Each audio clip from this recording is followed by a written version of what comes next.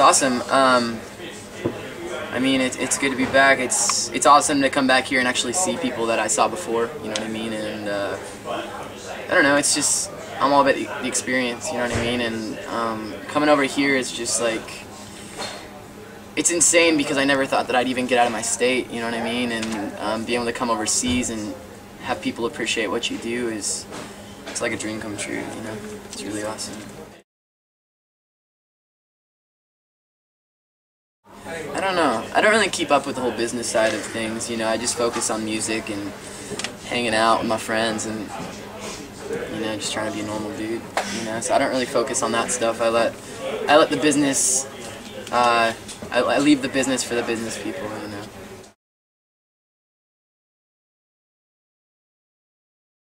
No, I decided I don't want to do it because I just, you know, I kind of like just things the way that they are with this band, you know what I mean? Instead of dropping the name and changing it, you know, I've gotten inspired to pick up new projects and try new styles of music instead of, you know, leaving Never Shut Never as the way that it is, you know what I mean? And still, you know, still trying to grow with that band and try new styles and new experiments and everything, but instead of changing the name and changing everything altogether, just doing other stuff on the side, you know, like I'm starting up this thing Gonzo. It's just going to be like club jams, kind of dubsteppy, and then also have my metal band on the side, Eatmewhileimhot. And, you know, I kind of want to just keep things the way they are and like just keep doing what we do, you know what I mean? Like just for a while, you know, I was just kind of was getting it to a point where I just I was losing track of why I even started playing music in the first place, you know what I mean? And the real reason is just expression, and also I just think music speaks louder than most any other career or job that I could have, you know. It changes things so much more than working in an office and things like that, and you know, I don't feel like changing the name will do any good, you know what I mean? Yeah, you know, it's metal, you know what I mean? It started out as more of like pop punk, hardcore kind of stuff, because that's what we were into at the time. But we've kind of switched over to more like metalcore sort of stuff, and I don't know. I love heavy music. You know, I've always loved it since I was young. Since I was about 13 or 14, that's whenever I first started getting into like heavy stuff, and I don't know. It's a good outlet for us because, you know, in Never Shut Never we play a lot of really soft. You know, we play a lot of soft music, and we play. You know, everything's pretty stripped down, but with Eatmewhileimhot we can branch out and we can fucking rock out and just be crazy, you know what I mean? Be the crazy kids that we are. We get to go back to whenever we were 13, 14 and fucking slam dancing, you know what I mean? It's just a good outlet for us since we play a lot of soft stuff usually. And you're gonna do the Bamboozle? Yeah, we're playing Bamboozle, and then I think we're playing like 3 shows leading up to it.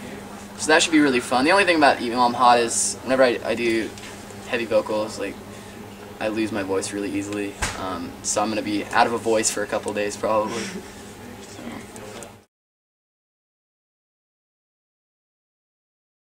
No, not at all actually. Whenever they said that, I was like, are you kidding me right now? What the heck? You know, because I thought there were a lot of really great bands, you know, that deserved it, but the fact that we got it was, you know, it was an honor because, you know, I remember being younger and reading alternative press and looking for new bands to listen to in alternative press, and then, you know, being on the cover of it was like, I didn't really know what to think, but at the same time I was just grateful and just kind of went with it, you know. Did you buy a copy? My mom did. Oh. And she hung it. I was on tour whenever it came out, and I came home and it was hanging on a refrigerator. And it was so awkward. I was just like, I walked in the door and the first thing I saw was my face on the refrigerator, and I was like, that's cool. No, I was like, it was just weird.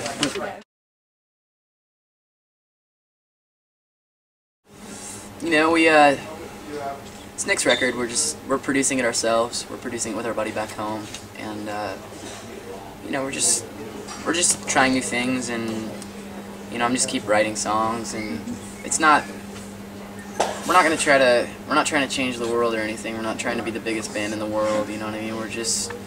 You know, we kind of got over that. You know, for a while we were just striving to, you know, be successful, and, you know, just so that way I could, you know, be able to pay all the guys in the band and everybody that works for the band and be able to afford all those things. But now I'm kind of over that, and I'm just in a phase now where I just I'm trying to recapture, well, I already have recaptured like my love for music and recapture the reasons why I'm doing it, and I feel like this record's gonna kind of portray that. It's super free expression, you know what I mean? We're not trying to stick to a style. I'm not trying to be I'm not trying to act like I live in the 60s anymore, you know? I'm just kind of at this point now where I just making music just for the hell of it now. It's just for fun and for the love of doing it, nothing more. Nothing to prove on this album at all, just free expression.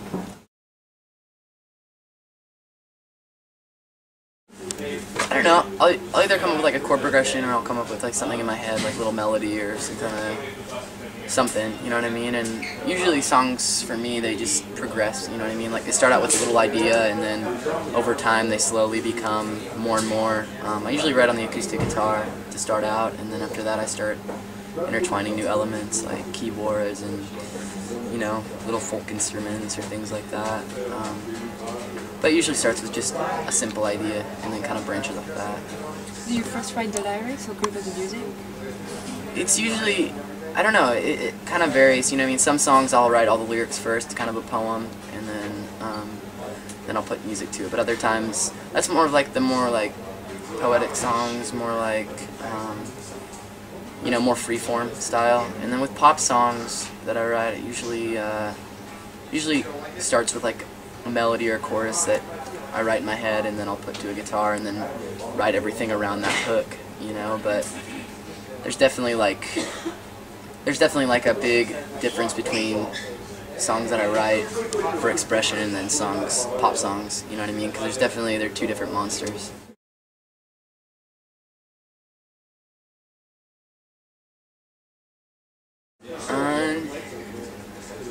I guess, I mean, whenever I first started playing, you know what I mean, it was like, I'd always played sports as a kid, and I was always just kind of a weird kid. I didn't really know my place. I didn't really know where I fit in the world, you know, but whenever I started playing music, it's like I had like a purpose, you know what I mean? It gave me reason to live, sort of, you know what I mean? It gave me reason to keep growing, and I don't know, I guess whenever I just first started, whenever I first picked up the guitar and wrote my first song, I was like, I can do this. This is really cool. This is fun, and it just excites me. You know what I mean? Music it's one of those things that excites me, and there's not a lot of things these days that really does excite me.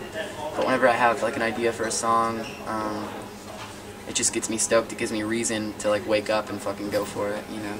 But lately, all I've really been into is writing a lot of dance music, because about a year ago I started getting into like the rave scene and stuff, and I just love that scene. I love dancing, you know, a lot. I'm not very good at dancing, but I love dancing, and my goal now is I'm working on putting out a dance record. I really want to, because I love the music that makes people move, you know what I mean? And everybody moving at a club or everybody moving at a rave, it's almost like a spiritual thing, you know, and I really like that.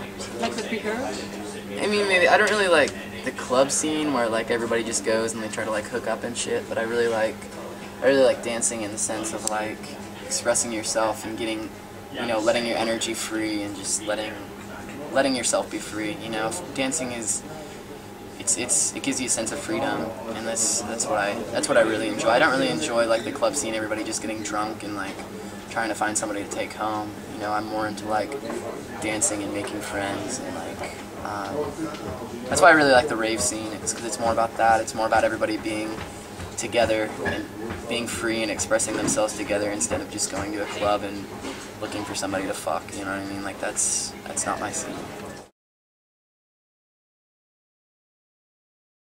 I don't know. I mean, when I first started, I just thought of stuff that looked cool, you know, and I just kind of went with that. But as I went along, I started getting things like reminders, and everything's starting to represent like just a symbol of where I was at that very moment, you know, in my mind, or like on my spiritual path, you know what I mean? So I don't know. It's usually just something that I feel strongly about at the moment. Like some tattoos, I look back and I'm like, I really don't feel that way anymore. You know what I mean? But it's good to know that I did feel that way at one point.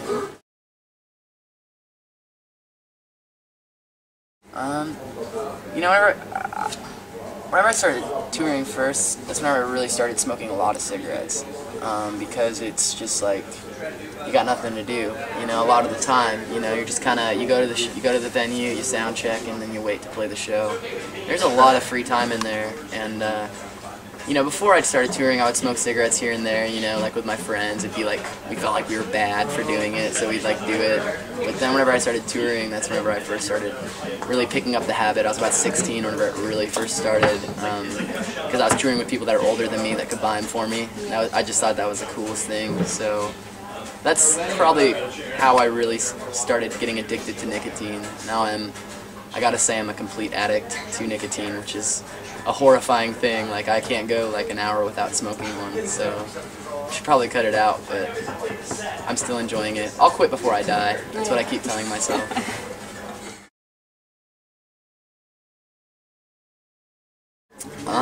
Thank you for being aware that we exist, and thanks for listening to music, and you know, it's our honor to be here because it's just insane that we're across the world and people still acknowledge us, which is really nice.